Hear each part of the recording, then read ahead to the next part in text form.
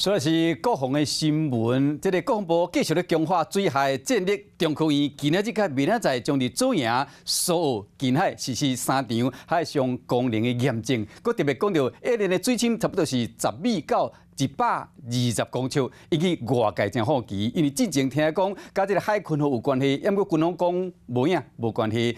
今日是伫左营近海有去翕到海西河的身影。针对这点呢，附近的人讲，这可能只是一般例行性这个任务尔。安尼一个讲，那呢，射击通报和外界就真正想无啊。S7公司反舰直升机出现伫空中，水面上也有934军用河升空舰，另外791海西河舰艇也来呀。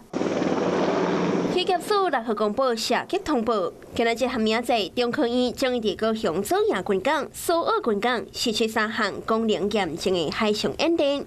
其中左营军港今日管制范围面积大概是2里乘1.25里，水深是10公尺到20公尺。明仔载面积大概是3里乘3里，水深更加是达到110公尺到120公尺，引发到外界的关注。